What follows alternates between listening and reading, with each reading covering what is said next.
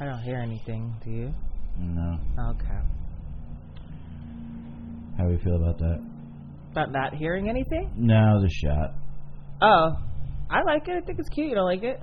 That's fine. Whatever. You don't like it? That's fine. It's fine, but you don't like it. Oh, no, I definitely 100% don't like it. I would rather have, the 2 shots going back and forth. I see. But yeah, this isn't particularly my best side either. It's okay. It's all good. I'm going to try to... We both got our ladies out. All right. Are we rolling? What are we even talking about? I don't know. Are we going to... Do you want to... we could do the question things. That's what I was thinking. I was literally just looking at that. So you want to start with the questions? Yeah, we could do that. Right. Do you want to, for our first one back, address our break, what we've been doing, yeah. and do we talk also about our technical? Because right now on Spotify, there's still no episodes. Yeah, for sure. We could definitely bring up, our day of recording. It didn't go so well. We've been working that out. I went on vacation. All that shit. Just kind of address the break. Yeah. Kind of warm up. Okay. And then jump into some questions, and we'll go on to the next episode. Okay. All right. Sounds good. And action. Action.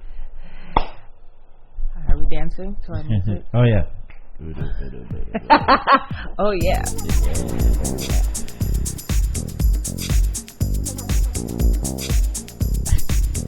It's like a minute song over. We don't get to the entirety of it. Take 2. Take 2. Coming back.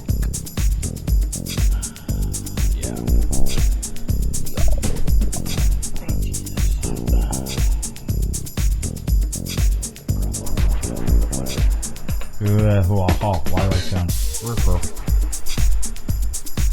Do you like your sound? Yeah, it's fine. All right, you want to jump right into it? Let's jump right into it. Welcome back to Love Hard, Talk Dirty podcast. I am your host, Brittany A. Moore, adult entertainer, somatic intimacy and relationship coach, professor at Pendulum Inc., and your podcast host. I think I said that. And we've got my other host, Love Hard Talk Dirty's other host. Edward Charette, filmmaker, author, lighting designer here in the New York City area. Out of New York. We record in Yonkers, though. Yeah. Yonkers, New York. But yeah, we are back. We took a fucking break. Yeah. A long break. Want to talk about that a little bit? Where were we, Ed? Where were we? Well, we had a little. So right now we have had some technical issues. That'd be. I'll call it my bad on some of that. And right now, as we're recording this, we still don't have a few episodes on Spotify. I'm not sure, or the audio only podcast. You know what I mean? Which is sucky for me because I don't watch podcasts on YouTube. I don't do that, and I know a bunch of people who don't either. So one buddy of mine's the last one he heard was the last audio one we did. So he's still waiting for those other 4 episodes that we have. Yeah. We literally, there's 3 or 4 episodes that we haven't released, or we're trying to release on Spotify, and with the break, and Ed's been busy with his movie. It's been a little difficult, so we're hoping to get back to that. But in the meantime, we said let's record some episodes. We can get some content going. And then we had another thing where we tried this video switcher thing. Yeah, and that didn't go well. Didn't go too well. We brought in someone to help us with video switching, and we were just a little underprepared, and it was a day. We set that day aside to have a full day of recording. We had money invested in this day, and our energy was off. Our technical issues were off. It was kind of a shit show. It was a long day too. We were here I think 11 to 10 or something like that. Yeah, it was made me mad. It was, you know what I mean? Just because and I think at some point we could still. I was thinking if we do Patreon at some point, maybe we can cut edited versions of those things out, the good bits, and like make episodes that are just, you know, so that people could see it and it doesn't go to waste, really. Yeah, that yeah. You know what I mean? I'm hoping, because the first 2 episodes that I played back, I was just not a fan. It was really hard to watch. But there's 2 other episodes that we haven't got to, and we're hoping the energy was a little better in those last 2 episodes. So we're hoping to grab some footage from that. So it's not. I think even the first 2 episodes, like the energy was it got weird, but it wasn't terrible. It may require some heavy editing, but we can still use some footage from it. Yeah, it was difficult because we were stopping and starting every 2 minutes, and every time I mentioned to the guy, hey, we should do it this way, and it didn't go that way, I was like, okay, well, it just ended up taking a lot longer than it should have. Yeah, it was. Imagine like we're talking now. Okay, stop. Turn that camera off. And then at one point we just decided that let's just go back to, it's easier when it's just me doing everything. Like, you know what I mean? Like, whatever. We were trying to eliminate that by like less editing. We have other shit to do besides the podcast. And so, sometimes editing can take hours, days, editing these damn podcasts. So we're trying to consolidate and expedite our fucking work here. And as you see now, not to cut you off, but like the 2-shot thing, I hate this. Yeah, he's not a fan of this. I mean? I'd rather do it like a nice lighting on each of us and do our thing. You know what I mean? Like it's, you know, but right now, I think we decided to do this for the sake of, because we were going to do an episode at some point of the what was it? A somatic coaching session. Yeah, and I can't be interrupted. Like my energy focused on whatever. What we're doing to be really present. And so we're trying this, and also just to see how it works, so that we're not fucking stopping to, you know, fiddle with the camera and whatnot. Ed has a vision, and we are. I mean, just when it comes to visuals, I gotta put something out in the world that's decent. You know what I mean? I can't. This is really sensitive for him. Like his work has to be fucking. Which I feel the same. This is why we aren't releasing the other episodes, because the energy was so off. I'm like, I'm a somatic coach that like works around energy, and like I can't put that shit out there. And I couldn't put it out for the AV sense of it. Like I couldn't. It looks like crap to me. So not like this looks great, but at least it's like I know what it is. You know what I mean? Yeah, it's like one shot. Yeah. I like it. I don't see the thing is I don't see what Ed sees, so it's just different. Like Ed sees things that I am not on my radar, and he's like, "Do you see this? Do you see the color? Do you see it?" I'm like, "Nah." Like this works for me. But yeah, so we attempted that. We were supposed to have a bunch of episodes, especially while I was gone. I went to Europe, LA, and it was just fucking things didn't work out. So we just took a break, and then Ed was promoting his movie First Draft. He had a film festival out in Long Island, which was fucking fire. And I was nominated for 8 awards, and we won Best Cinematography and Best Original Score. Dropping bombs.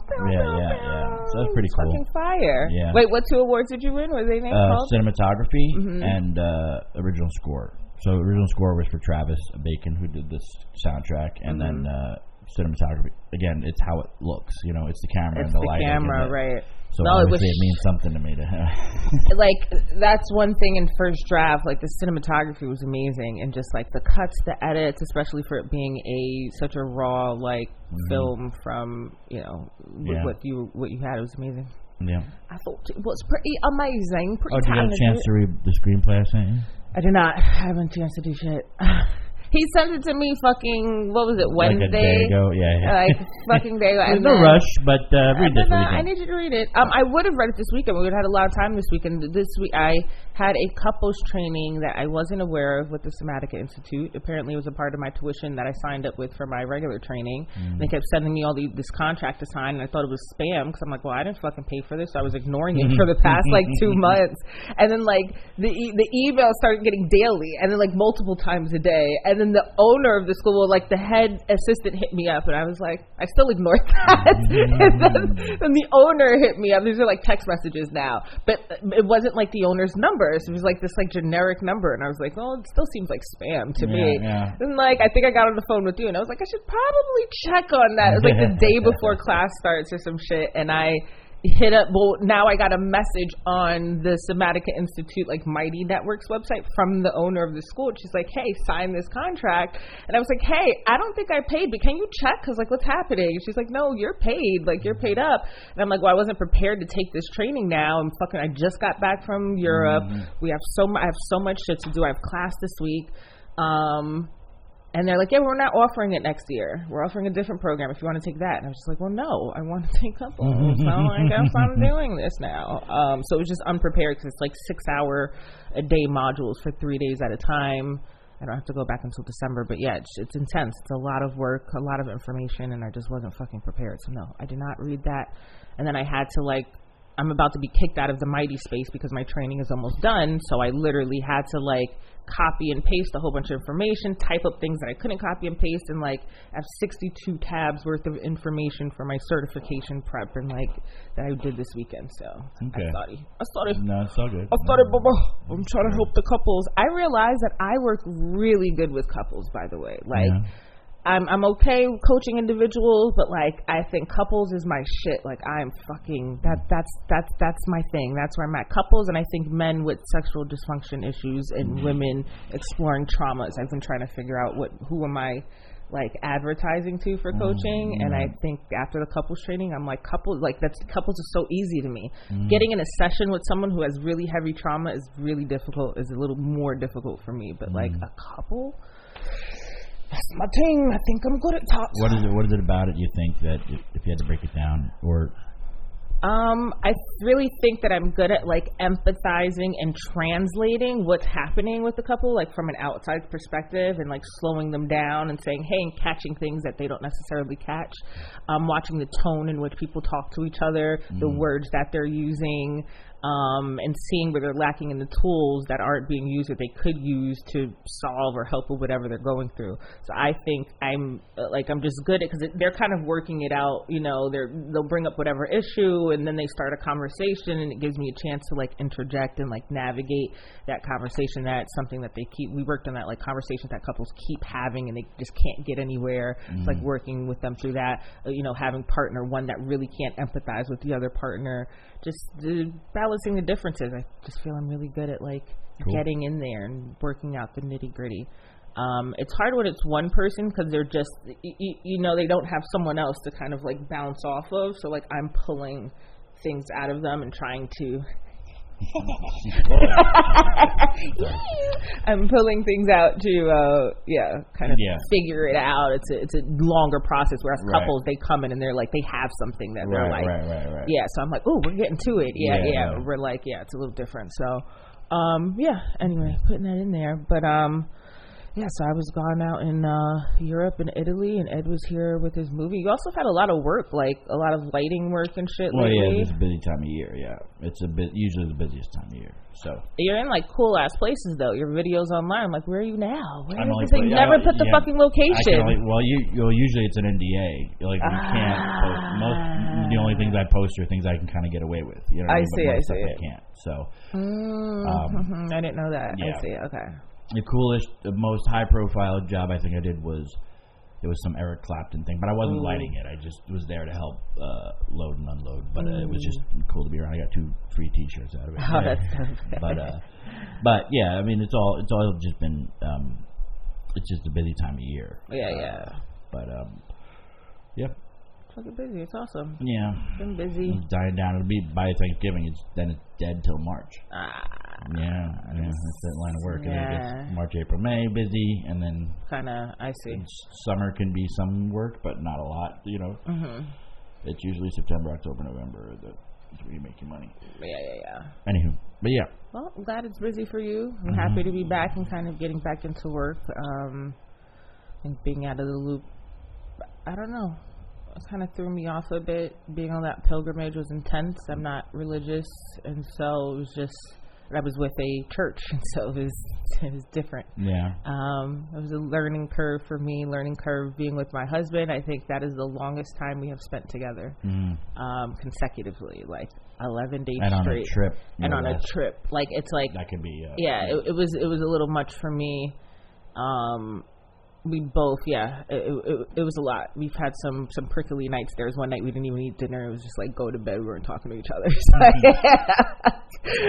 So, and then like I thought I'd have all this time on this trip to like work on the podcast and like do things. You are, I mean, exhausted. And then there's hardly any service. Like depending on where you are, we were traveling via bus. And so it was just fucking long. And then I did LA. It's been a long month, man. I'm happy to be back. I'm happy we're back at the podcast. Posted something recently to have questions. Questions from some guests. I have to say, I love those glasses. I know you used them on one of the first ones we did. I just love it. Like I think it worked. It's perfect for your face. Thank you. I wasn't sure at first. My daughter was like, Mom. Why? I think you're going for a look that doesn't work for you. And I was like, this. No. They're really big, so they kind of like big. Yeah, they're big. I like the squareness of them. Yeah. Because your face is more round, but like has like I like it. It's like my you got head like is like squiggly an A. here, and then you got here, and then squiggly. I love how you call the curls squiggly. Squiggly, then round. He texts me that. He's like, yeah, when you have the squiggly hair. I like the scribbled hair or something like that. Was cute. Thank you. I looked up the shape of my face, what goes best, what kind of glasses go best with it. And square. That is square was. Oh, look, I was right. Yeah. My intuition was correct. So you want to get to the. So you posted a thing about questions. And then when you did that, I hit up people that I knew listened and was like, and actually the one person said, "Oh yeah, I'm gonna send one." Like, don't use my name, but he still hasn't sent one. No. Okay. I think also people are a little nervous on how this is going to go or what we even have to offer. It's our first time, but we've got some questions. The first question, the one about the New York Film Okay. Do you know, I thought it'd be nice for us to be like, oh, this is, female 52 from the East Coast. The first few are the same person. Okay. She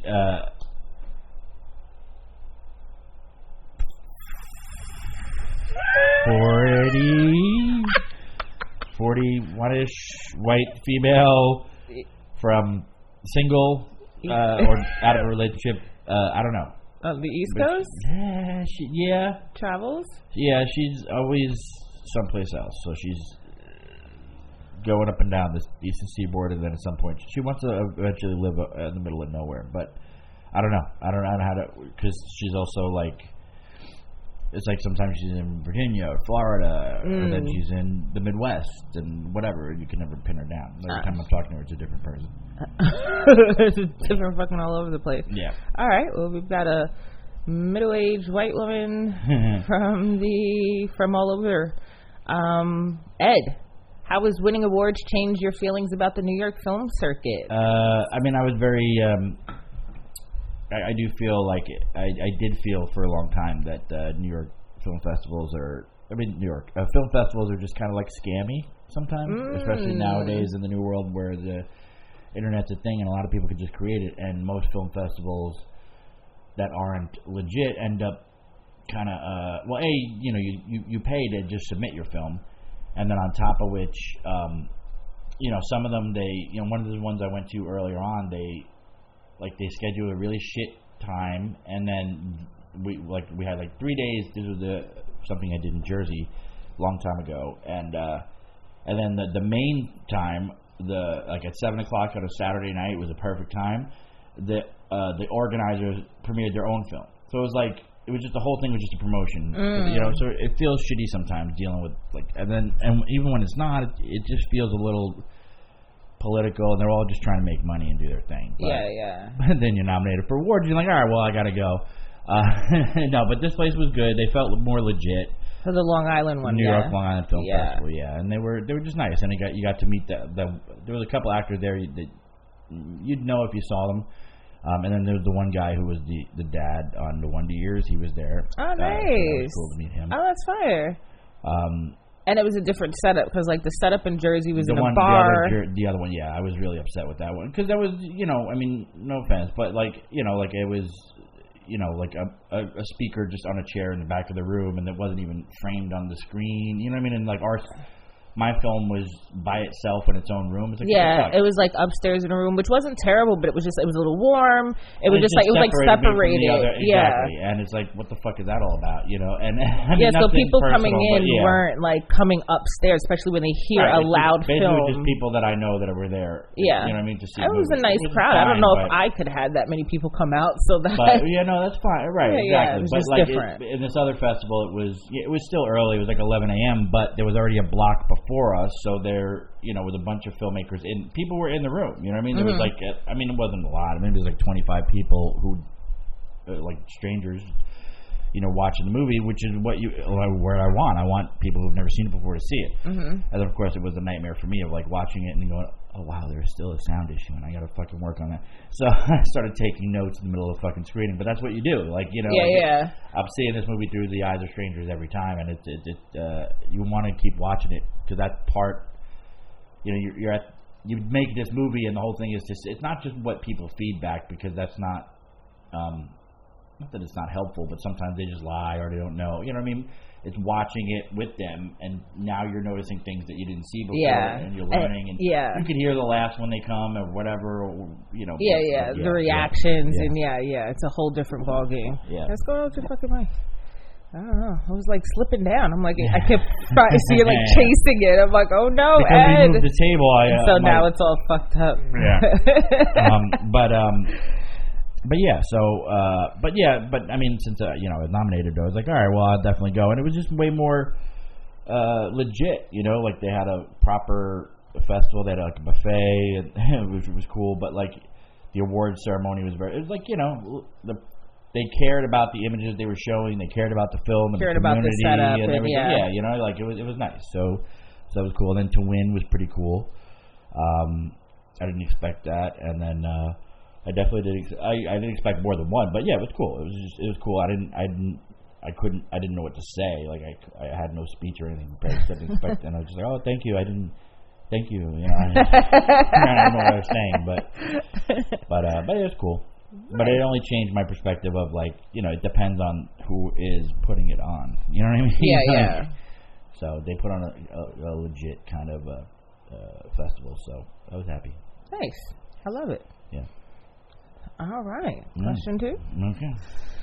I think question 2 is like when is a good time? Let me see. When is a good time? When and where is it okay to laugh about trauma and pain? This is from the same lady. I personally think, it depends. Are you laughing at someone else's trauma and pain or at your own? I think that's a good question. I mean, I assumed it was because you're talking about your own pain. Your own pain. I think it's best to laugh about it all the time, to bring laughter into it, and that's. I feel like that's one of the healing tools, is to not, let it weigh on you so heavily, and to find comedic joy in what the fuck, in the craziness that's happening around you, or the pain that's happening. Right. I absolutely think you should. I laugh at the most awkward times. It's just awful. I will be at a funeral and see something, and I like almost can't hold it in, but I think that's a part of like me handling my trauma too, like not just being my nervous system all wonky. So I don't know. What do you think, Ed? Yeah, and I think it could help heal. You know what I mean? Like it helps dealing with trauma. But I think it also depends on each person individually and the trauma they've gone through and how they want to, handle it. Yeah. For me, I took, it took me a while to certain trauma. It takes forever to deal with. I wrote a novel about it, and it took forever. Yeah. And some other things that even. Different traumas, it still took time to work through. But then again, something's happened and I'm laughing in the moment. Yeah. Because you have the foresight to know, well, this is going to fuck me up for life, but like, you know what I mean? Like, there's still some, it's funny you can find the humor in it. Like, that's real though. It's so real. Like, well, this is going to have lasting effects, and I think that's the perfect time to laugh. Look at fucking life. And I think we all deal with trauma and pain differently, and that it's important not to let people dictate to you how to deal with those things and how to show up. And I'm having this thought right now come in my head of like a police police officer's interviewing someone during an investigation and the person isn't crying or the person isn't showing this crazy emotion, and that's something they always say on these like ID investigative show. Well, I saw no emotion, and they weren't fitting this normal box of how a grieving person should look. And it's like, well, I don't think there's a one size fits all on how you're supposed to grieve. Everyone's nervous system is different, and maybe people do cry and sulk over trauma and pain, but I don't think that needs to be the go-to. If you cry, laugh through pain, fucking do that. Use what works for you. Don't let anyone tell you how you're supposed to grieve or process things. Like, process it in the way that feels best to you. That's what I think. Yeah. Cool. Yeah. Moving on, questions. Thank you to White Lady somewhere in the East Coast or something. I don't know. Want to read the next one? And that every woman has this whole thing. I don't even know. Every woman has a prostate gland, quote unquote, and it might be overdone and with Gwyneth Paltrow. But vaginal steaming, what is it, and why is it beneficial? And then the same, and what is female ejaculate, and why did the UK ban it in their porn? I don't know anything about any of this. So, all right, take it away. So I'm going to start with the vaginal steaming. There's absolutely zero proof, scientific proof, that this is beneficial, that this helps cleanse anything. In fact, it does the exact opposite, where it may create bacteria. You're using whatever herbs and stuff to now put it in this already self-cleaning oven that you don't need to do anything to. The steaming there's absolutely no scientific research that says that this helps you in any way, that it tightens anything, that it cleanses anything, that it is getting rid of things. So yeah, just be very mindful of what you are listening to on the internet, and these these wellness women out there putting this information that has absolutely no medical backing whatsoever. You do not want to harm your vagina any more than you need to, trying to chase these fads. So definitely blown out proportion with Gwyneth Paltrow and vaginal steaming. I see a lot of ads for it. I don't even douche. Like, I don't put anything up there that like should it be. Well, penises. Well, that's not true. That's not true. I definitely put some questionable things inside of my body. I'm a little more cautious now the older I am about what I'm putting inside of me. There was a point where like food was okay for me, like not just like syrup, but like corn cobs and like carrots, and like these things are not safe. I don't even put them in my mouth. You don't eat carrots? You don't eat vegetables? These things aren't safe to put inside of you. I'll tell you that now. So like, you don't want to be creating infections and bacteria and putting foreign objects. There's tons of safe objects you can use. So just do your due diligence online. Food is not it. Do not use, even though it's fun to think about. But you put carrots and corn, and then you steam the vagina. Steamed vegetables kind of thing you can go for. And you serve your lover the meal. It's more of an aphrodisiac at the end of the day. Gosh. You're creating things here, folks. That is fucking Oh, God. Ew. Next time you're at the supermarket and you see steamed vegetables in the bag, you're like, where did that come from? All right, well, there's that. Yeah, there's that. But what was the other part? So, female ejaculate. And prostate, and the prostate gland in women. I want to look that up because I don't fucking know. What, the prostate gland in women? No, the ejaculate, female ejaculate. So I looked this up because I didn't realize that it was banned, which is essentially it's squirting. They banned women squirting. They've also banned. In the UK, okay. What? It's no, it's specifically. Is it all of UK? Elsewhere, female ejaculate. They banned that. They banned hair pulling, I believe, smacking. I don't see anything about it being banned anywhere. I saw it. Hold on. Why did the UK ban female ejaculate in porn? Because many believe it was fake. Common way of faking, as mentioned, drinking lots of water and then pee becomes okay. They also had some. Well, I want to read what I wrote. I should have that pulled up. Hold on. I was looking up spotting your turns. I saw a ballerina video. Why did they? It had something to do with like it emulating urine, and it didn't want to be mistaken for. I didn't understand it. They didn't want to be mistaken for child urine. It was something having to do with preventing pedophilia, and none of it made sense to me. Because I go, what? If it's not a child doing it in the video, how could that correlate to pedophilia? The reason for the ban, the stated rationale was to protect children, but there was no clear evidence cited to support the claim that exposure to hardcore pornography. The ban was never implemented. How about that? It wasn't? Yes, there was a proposed ban on female ejaculation in UK pornography as part of a 2016 government proposal, but it was never implemented. The ban would have included a range of non-conventional sex acts, and the stated reason was a concern over the potential for mistaking female ejaculation for urination, but free speech campaigners opposed the move. Outcome: the ban was never implemented due to the opposition from free speech campaigners and the lack of clear evidence of basis. Current status: depictions of female ejaculation and urination are not banned, but certain other acts like those involving, the violence and shit. All right,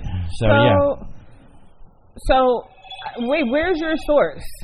Because that's AI overview. I read an article from Vice in 2014. This is when you initially sent me the topic. I read it, and it said, we asked the Jizz Police, aka the British Board Film of Classification, BBFC, as part of the new amendment services regulation, is in fact an amendment to the 2003 communications, blah, blah, blah, video on demand services are the ones most affected. Oh, okay, maybe I'm not reading the right part. Been affected in a while, but under scrutiny. I don't know. I didn't realize that it wasn't. Okay. I thought that it was, but I'm glad that it isn't, because that would be absolutely fucking ridiculous. Mm-hmm. Female ejaculation is a thing. It is not urine. They can't have piss. They can have jizz only country. No pissing, no swearing. Look at that man here. He isn't covering that lady in semen in a very polite way. And that is unacceptable. This article, the Vice article on it, is pretty funny. But I'm really glad they didn't pass it, because it's absolutely ridiculous. I think being uneducated on what ejaculate is it's probably where that stems from. But yeah, squirting is a thing. It does happen. It doesn't happen for everybody. But I was also misinformed too growing up. Not growing up, but I was booked for a very bizarre call, and there was a woman. This is via sex work. This was a woman who was squirting a lot, and I was just like, well, is she peeing? Like, what's happening? So I really had to educate myself on what was happening. Right. But yeah, I'm really glad it's not banned. I'm glad that we were. And what's a prostate gland? Do we have it in women? So men have it, and it is, that is where their G-spot is, up in their prostate gland. Women have prostates as well, and I can imagine we have a prostate gland. Why wouldn't we? What is the difference? We both have asses. The Skene's glands? The Skene's gland? Uh-huh. I'm making that up, but it's this okay. Female prostate gland. While it's commonly believed that women do not have a prostate gland, there's a structure in the female reproductive system that is analogous to the male productive gland. The male prostate gland. This structure is known as the Skene's gland. Location and structure. The Skene's glands are two small pea-sized glands located on either side of the urethra, just below the bladder. They are made up of glandular tissue similar to the prostate gland in men. Function. Secretes a fluid that helps to lubricate the urethra and protect it from infection. This fluid is also thought to play a role in female orgasm. Conditions, although rare, blah, blah, blah. I don't need to... Okay. There you go. So this is where my confusion came in, because learning about this, we've learned, it was mostly referred to as the Skene's gland, which is in the urethra, but the prostate gland in men is in their booty hole. It's up in their butts. It's a lie. It's in there. It's in there. It's a lie perpetrated by the progressive.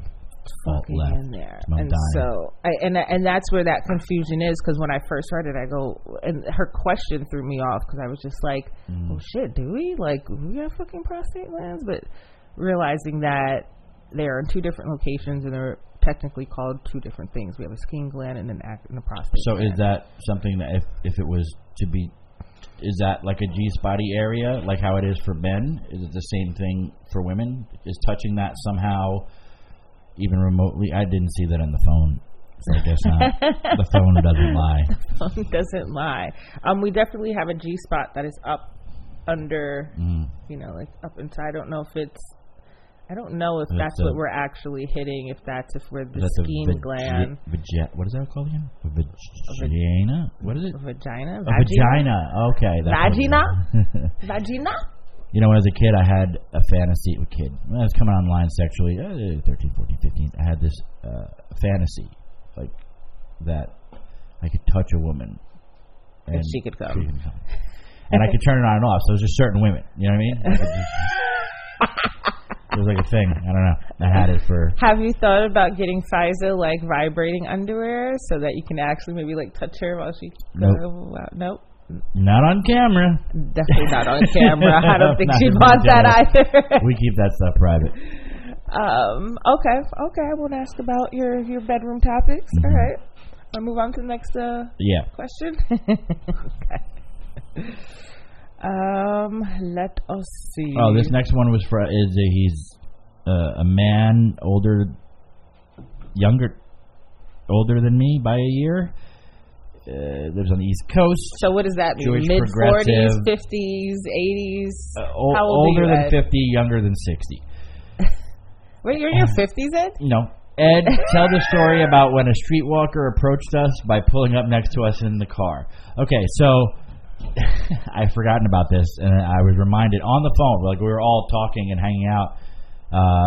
No, it was a person actually, and I was like, he was there with his wife and my wife, and it was like we were all kind of getting together. He was like, remember the time we were in the city in the street? I was like, dude, I don't know what story you're about to tell, but I don't want to get in trouble. You know what I mean? I do not bring that up. They said it was apparently a funny story. So, but it was just the car pulled up. We were driving in the city, and a car pulled up next with the girl in it, and she looked dressed as a streetwalker or whatever, and she said, you want a blowjob? And I said, no thanks, I carry my own. And then I just kept driving. You carry your own blowjobs? That's cute. I was just trying to be funny. He's caught off guard. I guess I was so, I bet back then I was quick in the moment. I was always making jokes.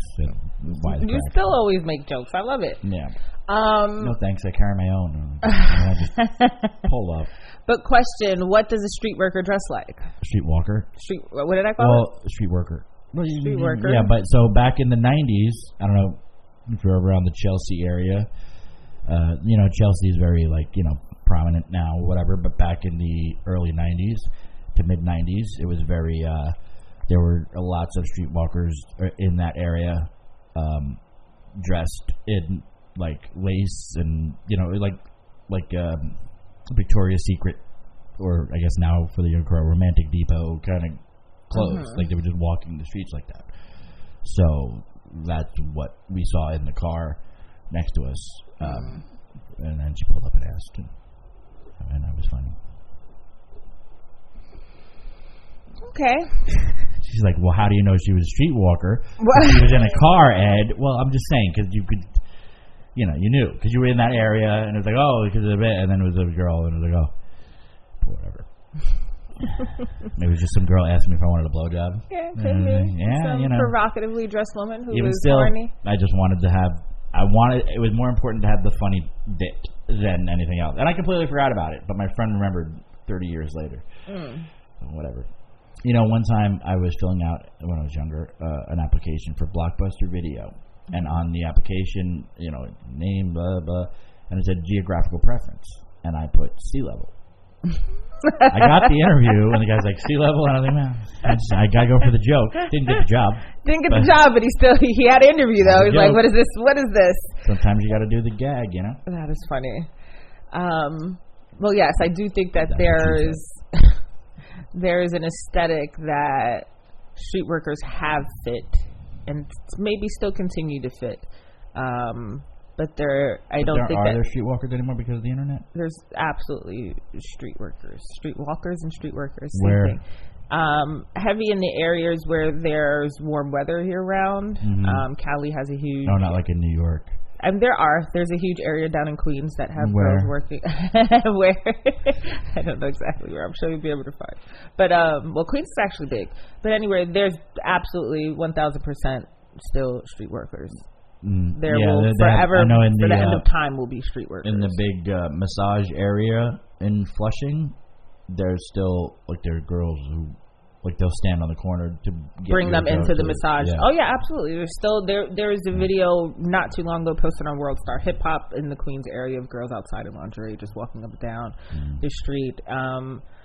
But you see, I see a lot of it. They actually they'll post themselves walking along, whatever Crenshaw Boulevard in fucking LA. So it's heavy. If you can hashtag 304, which is hoe, essentially is the code for hoe. Back in the day when beepers happened. When beepers happened, 304. But if you hashtag that, you will see some of those videos pop up of street workers literally advertising themselves as they're walking in the street in stripper heels and romantic depot outfits. But the point of me saying that was that there are a huge demographic of women who do dress provocative, a huge demographic of sex workers who dress exactly to fit that narrative, and then there's a huge demographic of sex workers that you would not know are sex workers, that they don't dress a certain type of way to fit that, so that walking around like that. So yeah. I think I talked to you in the past about how me and my friends would go drive around down in the city, and my friends would walk into, they would go to different massage parlors, or at the time they weren't even called massage parlors, they were just like brothels in the city, and they would just go, I'd be driving, and they wanted to go in and just ask prices and then leave because they were too shy to do anything or too nervous or whatever. I'm sure maybe they went back by themselves. Possibly, yeah. But then when we discovered, my buddy had, I guess I was too young to go out with them one night. It was somebody's birthday. He was turning 21, and I was still younger than everybody else. So they dropped me off, and then they continued out, and they went down to the city. And I heard the stories afterwards about how they went down the city, and the one guy got a blowjob from his streetwalker, blah blah blah, and then. But then after that exists, so then the younger crew went down there a lot. And then I remember taking my video camera, and I might still have some of the tapes, and I just put it on the back of the car to drive around and just to see, it was like in Taxi Driver when he's driving to that existed. You know what I mean? It was pretty wild, but the fun stories of just driving around and looking at some of that stuff. And I had gotten we drove and stopped at a light, and this girl leaned into the car, started feeling me up, and and then she popped open the door and sat down on my lap. And she's feeling me up, hey. And then she got up, and I was like, that was the best minute and a half of my life. Thank you, but no, I'm not really interested. Thank you. And then 3 minutes later, I'm like, oh my God, my wallet's gone. No, she took your wallet. Shut the fuck up. Oh my God, where So we drove back around, and we drove around, and were you looking for her? Yeah. Did you try to get your wallet back? I pulled up next to her. I was like, oh, I don't know if you saw my wallet disappeared. She goes, oh, you didn't see it? It's over on the ground over there. I saw it. You must have dropped it. So we drove back around to the street where she was, whatever, and she just came walking down and then just handed it to me. You know what I mean? It was all the money. Did you have money? The money was gone. I mean, I was like, I don't care about the money. It's just my ID and all that stuff. Yeah. Oh, that's so sweet. At least you were nice. She gave it back. I was wondering. I'm like, are you gonna run her down, Ed? What was the plan here? Not that guy.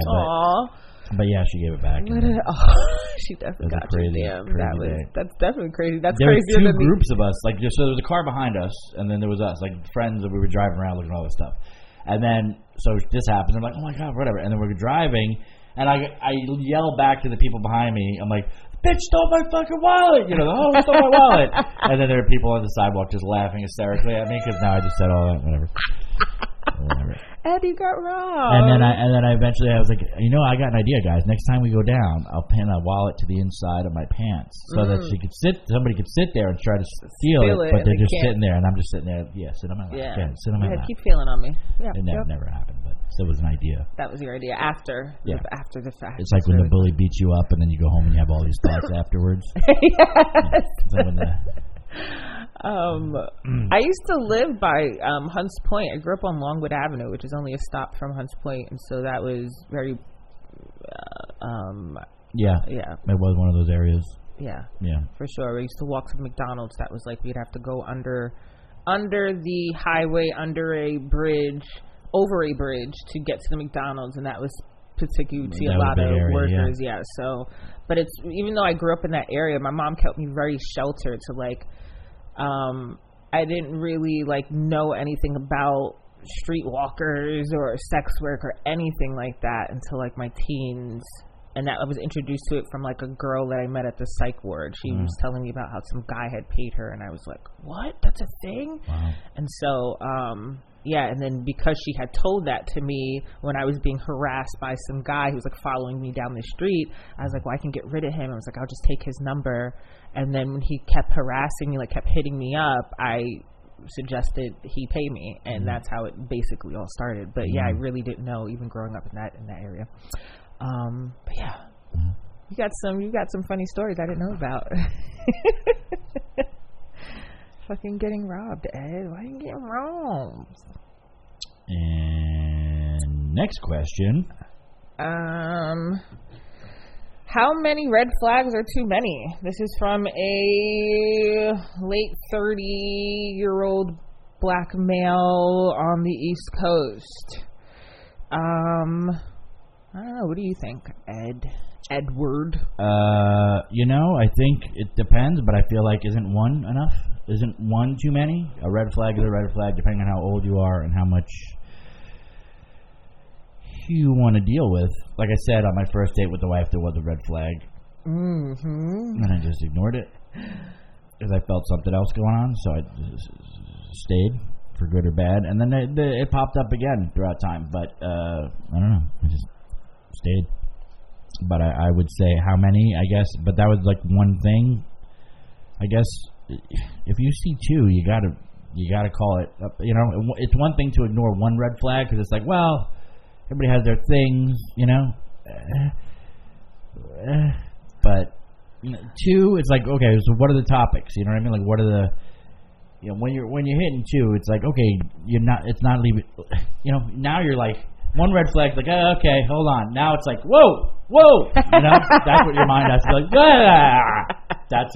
imagine that. Two flags is, no, like a construction worker saying, don't go over the cliff.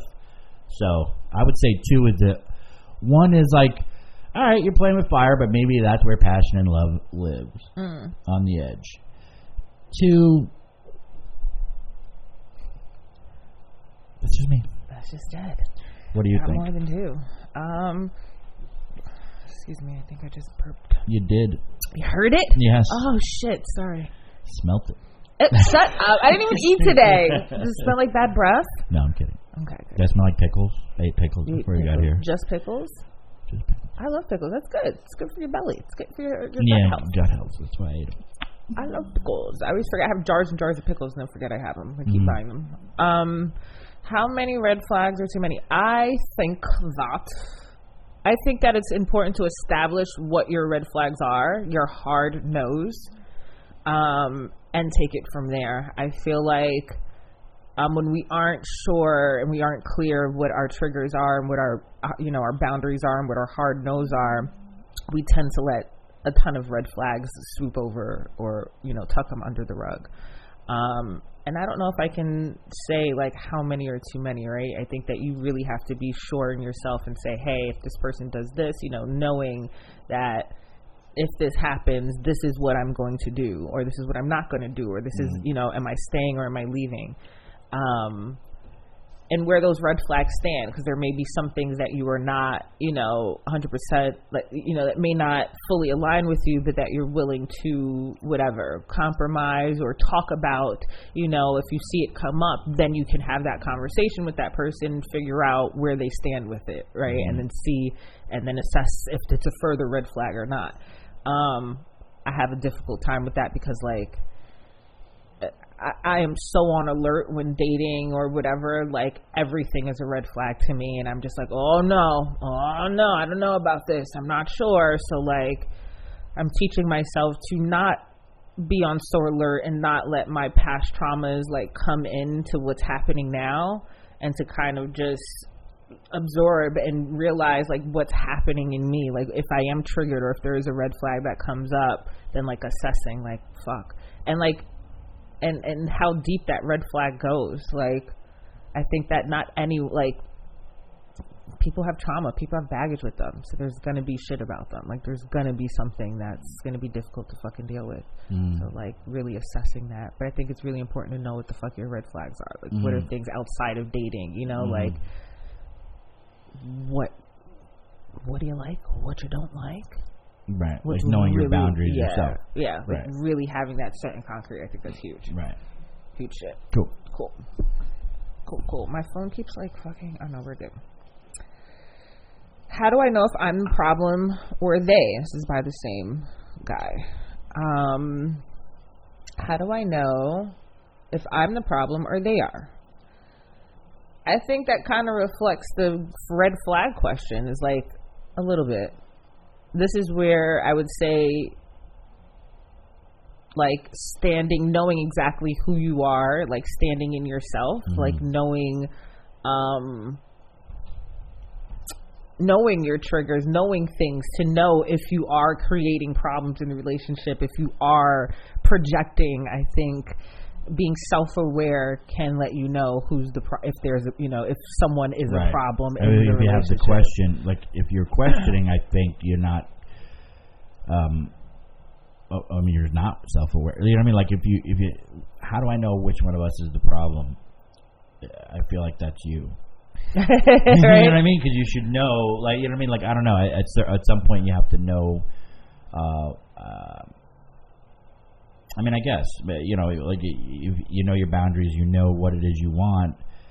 I guess if it gets too muddled, like I don't know, what being honest with yourself about what it is you're, even if it's not out loud, to admit to yourself the things that you do that aren't on the up and up or legit or whatever it is in a relationship that you're doing.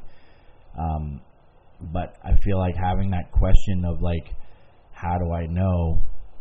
I don't know. It seems like it worries me that you're too unsure of who you are or where you are and to be in a relationship at all. Or the relationship you're in has got you so, like, cause I've heard that through the eyes of being gaslit. You know what I mean? Like, how do I know that I'm not the problem, or that, like, I mean, you kind of know, you know what I mean? Like if somebody's got is a problem in the relationship, you kind of know, like, if you don't know, it's like, the old saying, how do you spot the sucker? If you can't spot the sucker at the poker table within the first 5 minutes, it's probably you. Yeah. Like, so like if you, I don't know, it's the only way I can see it. It's like if you don't see the behavior in somebody that, like, they are being toxic or whatever, like, I don't know, we keep fighting, but if it's over the same thing, like, is it something that keeps happening in your past relationships that keeps, like, are you attracting these people that have these same kind of qualities and same kind of things, or you're bringing them out in every relationship that you go into? You know what I mean? Like, are you the one that's bringing in all that baggage and making it happen? And I feel like if you don't know, like, even if, like, I have my baggage that I carry, I know what it is at least, and I'm dealing with it on a constant basis. You know what I mean? Like, whatever I do in any part of life. So, I at least know that part of it. Like, I know when she's wrong, and I know when I'm wrong. To have that clear. I guess the way I would. How many relationships was it in before? That even not even.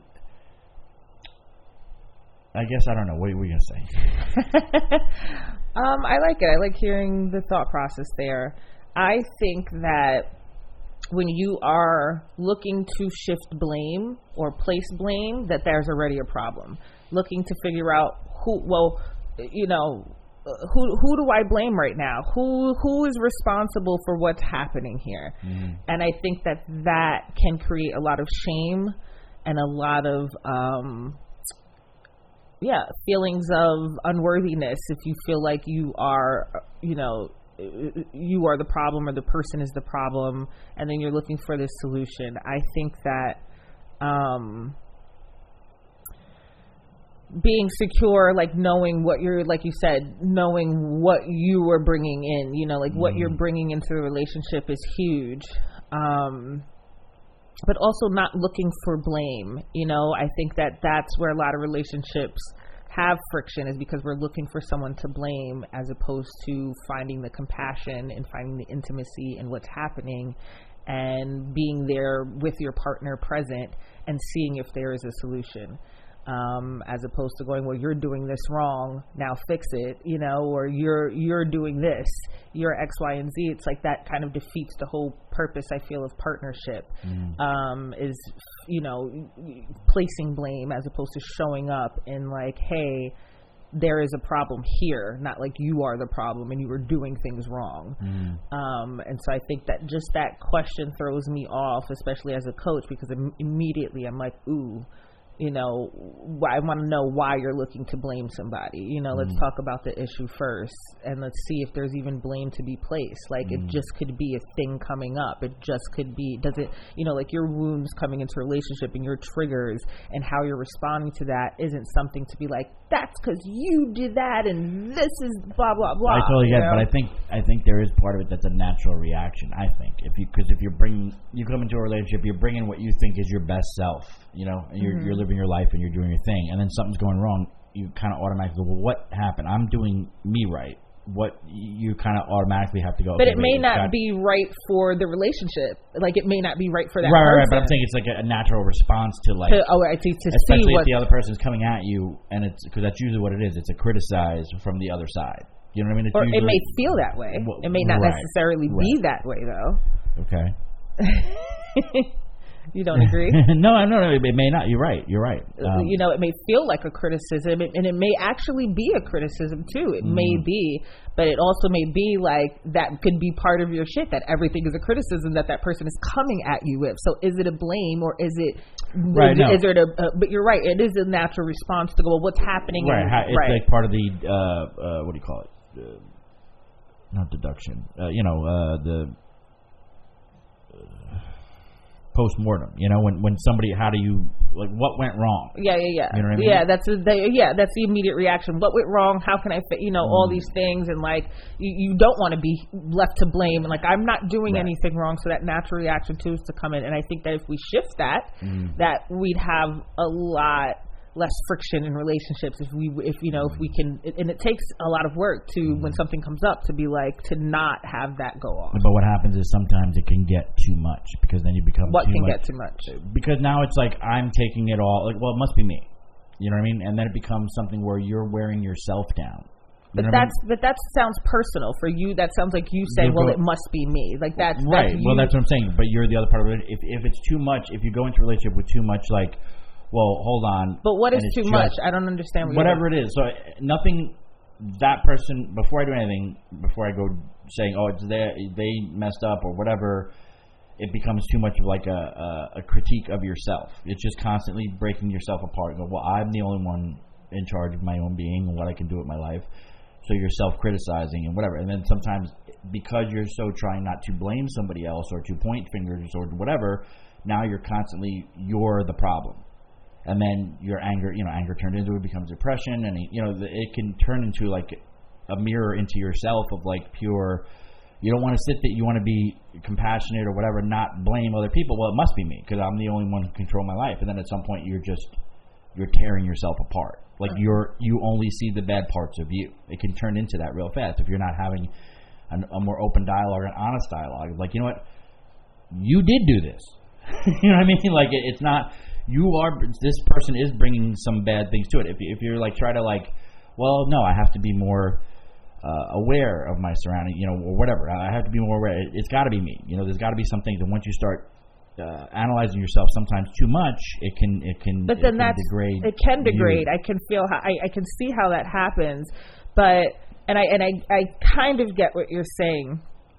But I feel like.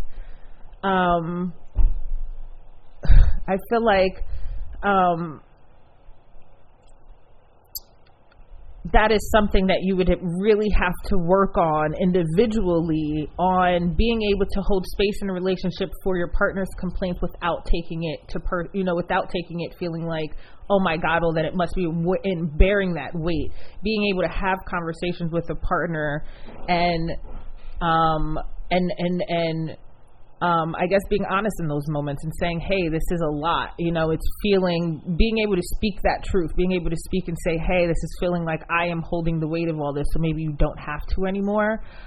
Being honest about your feelings, self-reflecting on why you feel, why it's feeling like, why it becomes that, why why what's happening in the relationship is now becoming like why you're feeling you have to hold that weight, and how you can work through that. It's a totally real feeling. It's a totally real thing. I think it's important to, like, I don't think it's wrong to say, hey, you did this thing, right? And this is what happened. But I think it's also language and how you're presenting it to your partner too, right? Like how you're talking, as opposed to like, you're a piece of shit because you did X, Y, and Z, right? Like that's really not a healthy way to communicate. But yeah, I can totally see how like this, I can see what you're saying. Yeah. Okay. Are there any more questions? Yes. How do I learn not to take it personal when my partner doesn't want sex? This is also from the last 3 questions were from the late 30s black male on the East Coast. You want to chime in on that? Nope. Fuck that bitch, man. Go get yourself a woman who wants it. That wants the D. No.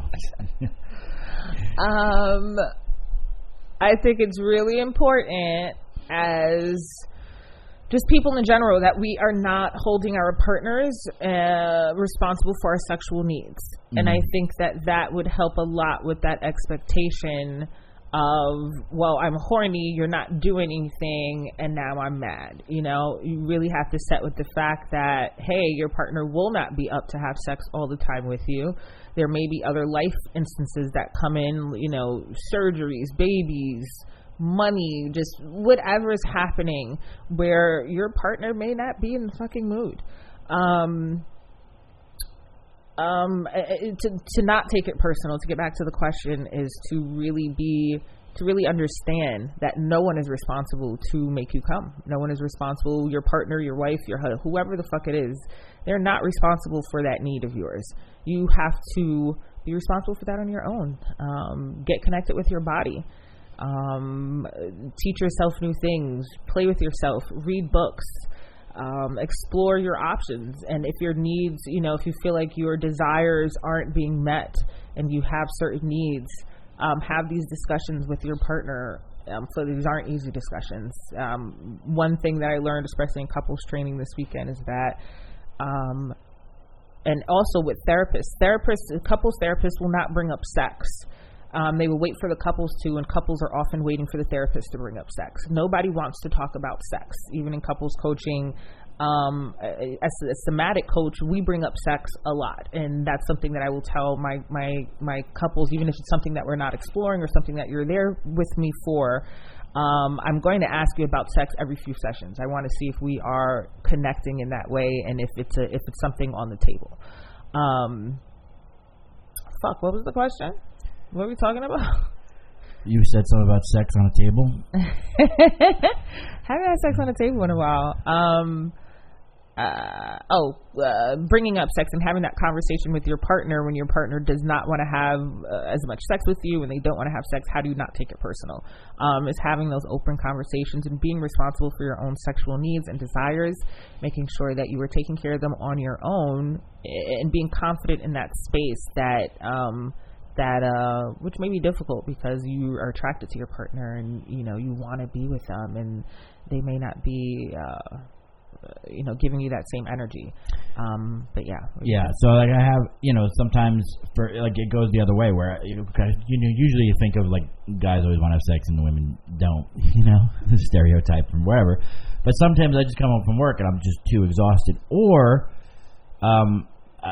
it's usually money related, because you mentioned money. Like if I know, shit, I got I'm behind on this bill. This bill's got to fuck. I gotta make sure I gotta come up with a gig now so that when I'm in that zone, like my junk's the last thing to think of. You know what I mean? And if she wants to do something, it's like I just don't see that happening. Like I have to prep ahead of time, so we'll have to have because especially we still want to try to have a baby, we're getting older, another baby, so we'll have to schedule time together, and then it's okay, I already know going into this week shit. So it's you have a calendar of it's ovulating and all that kind of shit. So it's okay, but I know I have these 2 work days. I'm gonna be tired this day, but yeah, I can come home but it's okay. Well, then I'm gonna stop at a store and get some extra pills or gels or anything to help me. By the time I come home, I'll be in the right zone, the frame of mind, and I'll fucking but whatever. But ultimately, hopefully she knows if I'm too tired, or whatever's going on, it's not personal. The other way is I don't know. They never turn me down. No, I don't.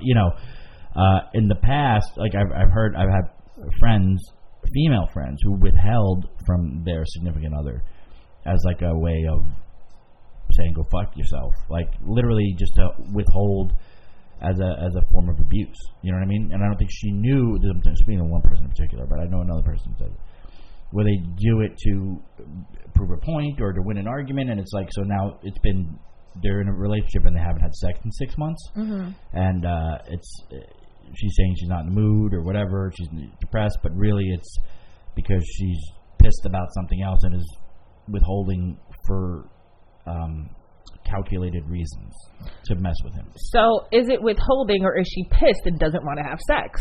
Is it withholding? No, because she went out and had sex with other people, so it's a different, you know what I mean? But that's the thing, that's okay. She doesn't want to have sex with him, right? So is that wrong? Is it? I think it's worth.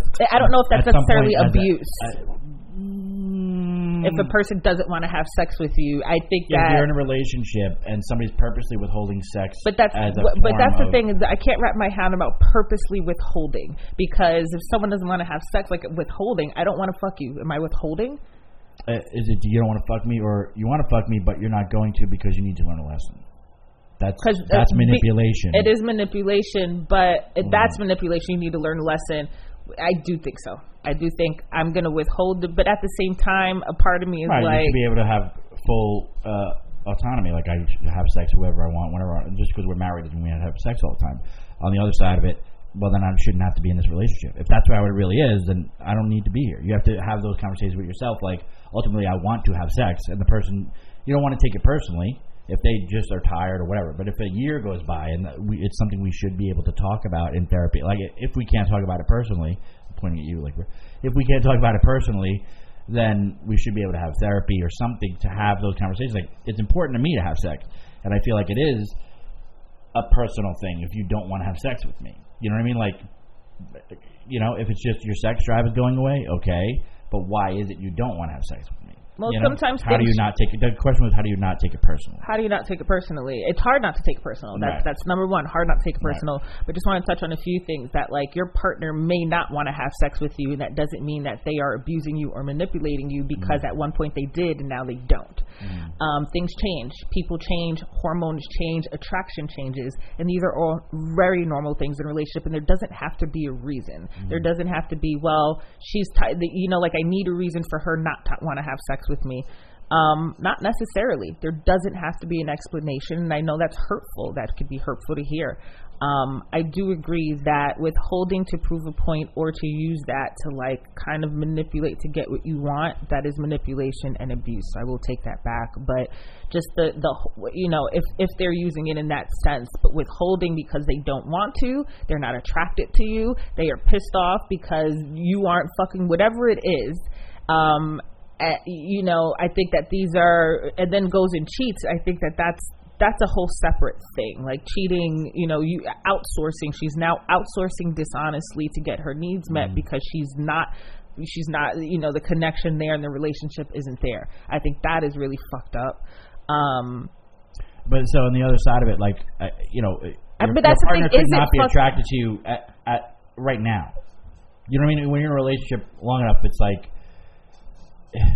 give it a week or a month. You know what I mean? Like, who knows what tomorrow brings? Right. You know what I mean? If it becomes a serious issue in a relationship where we're actually not attracted to each other, or you're not attracted to me, then it's something we talk about. But also, there could just be like something that happened and I'm just turned off right now. You know what I mean? Right. Like, and it just might not come back online for a while. Who knows? Yeah, You know what I mean? that's a very good point. It may Yeah. not come back online.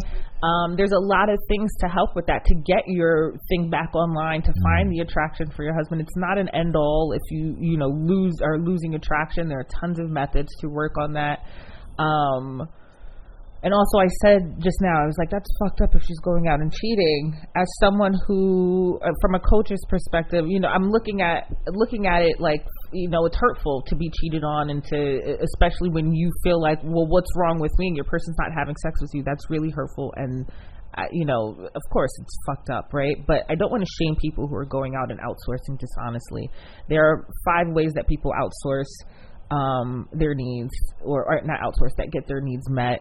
It's organically, it's outsourcing dishonestly, outsourcing honestly, self-pleasure, there's hiring people. There are a few ways to get your needs met when your desires met. But I don't want to shame people who are using that as a source. I may not agree with it in my personal life or want it done to me, but I do understand why people cheat and why people outsource. Dishonestly is what I like to use as opposed to cheat. And would it be, is it, if it's a form of helping to get one's confidence back and build up, like if my relationship isn't working out, we haven't had sex in 6 months or whatever, but I need to feel like I'm pretty or whatever, and I want to go get a rub and tug, or something, there's some wives who are absolutely okay with it. They know that they haven't had sex with their husband for a year, whatever, and they're like, hey, please go ahead. Go do something. Please do something. But having those conversations are really, really important. Finding what works with you. There's also some relationships where, like, this one wife, sex wasn't pleasurable for her. She didn't like it. She didn't want it. But she was willing to do it with her husband just, to keep him happy. And like in some places, a lot of women would cringe at that and go, oh, but you shouldn't do things that you don't feel, or that's not making, that don't feel good for you. But no. If that works for them, both of them were happy in that decision. Like, asking the husband, hey, are you okay with her, having sex with you, even though she's just doing it because to appease you? And he's like, yeah, I'm fine with that. And she was okay with that. And that's fine. Like, there is no fucking formula on what to do or how to do it. There's a lot of people who disource honestly because it's really touchy to talk about. Like, hey, and you feel like you've talked about it with your spouse and they're not meeting these needs and, or your desires, and you're feeling a certain type of way, but also there are other ways to feel pretty. There are other ways besides just going to get a rub and tug. So like exploring those options first rather than, because that's not the end all. But yeah, I understand, and I understand how isolating and fucking hurtful it is when your partner doesn't want to be with you, but then you see them scrolling online and like looking at all these women with boobs and ass and this and that, or you find them cheating. You're like, what the fuck? There can be a huge disconnection with couples and people who have been together for a really long time. So. And it's work. It's a lot of work, man. But so I guess, how do you not take it personally? I guess not taken personally is being, like understanding that they're number one, because a lot of people get in relationships and they're like, well, I have access to sex all the time now, and they get in this head that like things will be easier, and your partner is going to be, you have all this passion, especially in the beginning. You have all this passion, and your guys are doing it so much, and then like life starts kicking in, it doesn't happen as much, and it can be rough. So I just feel like keeping conversations open, understanding, most importantly, the first rule is just understanding that like your partner's not responsible to get those needs met. They're not going to meet all of your needs, especially 100% of the time. And so maybe doing something, like what can you do instead, or sitting with those feelings, working them through with or him or whoever. But I think really understanding that your partner is responsible for your needs can take a lot of that out of that hurt and disappointment when they aren't met. Not fully, but but at some point you do want something. Most people want something in a relationship, so having they're not responsible for those needs, but also they are a little bit in some relationships where it's like that's, intimacy is part of the relationship. It can be, but it's not for everybody. Right, it's not for everybody. So but it is in yours, it could be what intimacy looks like though for people, because your definition of intimacy can be different from my definition. And we may look at it and have never spoke about that. Like, you may really connect via sex, and your wife may really connect by just watching movies with you. Like, that may be her form of intimacy. So really checking in on how, what level of intimacy is important for you and what that means. Right. And talking about it and talking to them about it, I think, would be a thing. And don't take it personally. And just try to imagine that, like, on those days when you're super tired and you can't imagine it's the same thing's going on. It's either assume that she's going to want to at some point. But also understanding that, like, fucking intimacy and sex start way before bedroom. Like, you want to have sex with your partner, you're not having sex, you may need to have months of preparation for that, for it to ever happen again. And I'm like, recording your spouse, going on dates, reading books. Like, it may take a lot of work to get back to where you were if you have lost that. Or struggling with that, but it takes work. It's taking out the trash. It is foreseeing needs. It is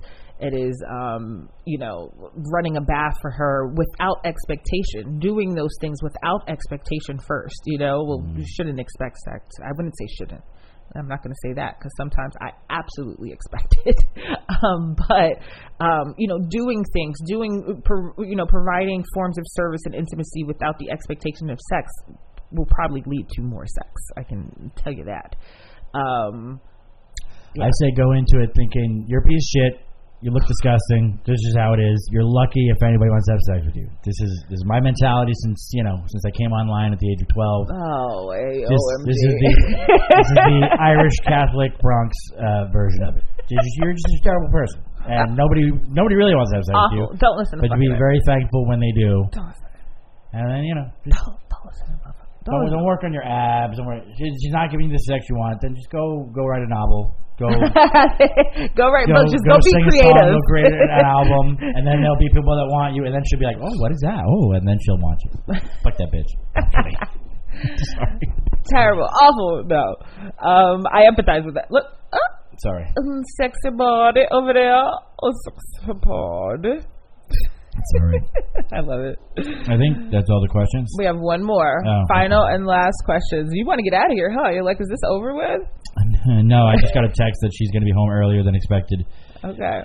Am I available any days this week? Ooh, hold on. Keep talking. I got possible work. Every day but Tuesday. Why do women always try to kiss after giving head? What? Why? LOL. We will wait for it. Why do women always try to kiss after giving head? Why? LOL. Because they're awesome. That's how you got to do it. You got to snowball that bitch. I'm kidding. That was from Clerks. Snowball. No, you never saw it. She never saw Clerks. I saw it, but I'm not a cult fan enough to be reciting lines from Clerks. What are we doing here? Sorry. Why are we doing this? Not as big of a nerd as you. Do you? But who cares? It's just. Does she have it in her mouth? I mean, by it I mean the pay dirt. Like, is it in there when she's going to kiss you? Because that's a different thing. But if she just went down, who cares? You go down on her, right? You better. Not because it's you better, like, oh, that's how you please a woman. I'm telling you, it's a good thing. That's what life is all about. So just don't be afraid of a kiss.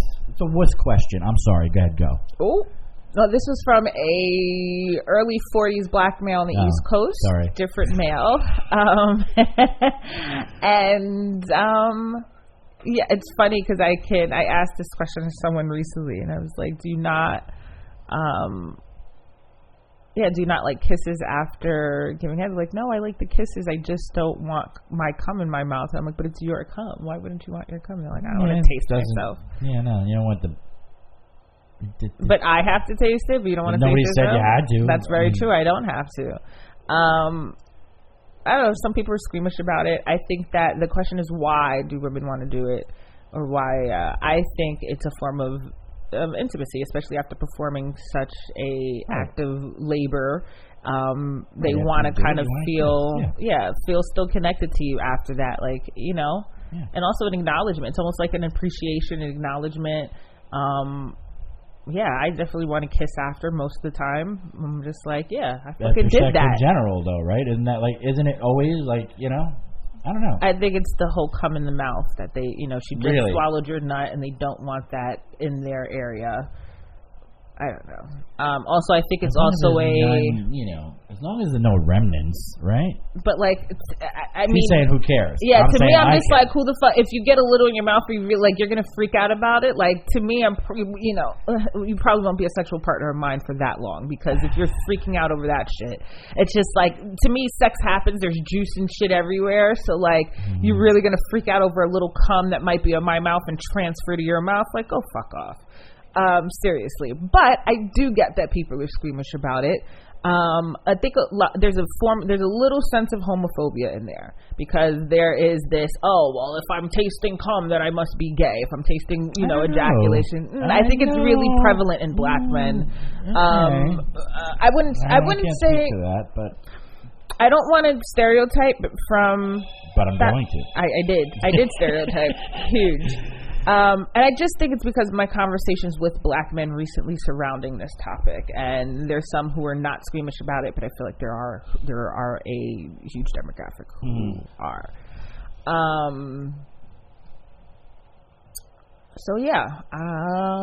I think it's a form of connection, to answer your question. Will the same question apply in terms of going down a girl and she? I'm sorry, what were you saying? If you going down on a girl and she squirts and busts whatever, and then you go kiss her, is that a problem for you? And if not, then why would it be in the inverse, right? Well, because if you're already down there, I don't know. Okay. And that's where I get the sense of homophobia in there, because why is it okay for, when you're going down on a woman, you're okay with all that, but if you get some cum on your mouth, it's like, oh my God, of your own ejaculation? It doesn't really add up to me. I guess. But guys could also feel shame just from cleaning up their own cum. You know what I mean? So I don't think it has anything to do with. What do you mean shame? I mean, why would there be shame around cleaning up their own cum? If you're by yourself and you shoot one out, as soon as you shoot one out, you're like, yeah, that kind of after post nut clarity. Being anywhere around cum that's not doing its due diligence could have some sort of effect. What does this mean, not doing its due diligence? That was a clever way of me saying, because the cum, okay, let's say you by yourself and you come, it's like you feel guilty and shame and all that kind of stuff. So maybe there's something to the effect of like, well, there's cum that didn't go, maybe it's not homophobia, maybe in the hunter-gatherer sense of the word, it didn't go where it was supposed to go originally, so it reminds you of that. Oh, I guess. Maybe. Okay, maybe. I don't know. I'm just trying to play devil's advocate. Could be a thing. Could be. Who knows? All right, let's get out of here because Ed's a busy man. Great show, great episode. Tune in. Really like if you could like, subscribe, comment. Show us some love. We'd really appreciate it. Okay, thanks. Bye. Peace. Bye.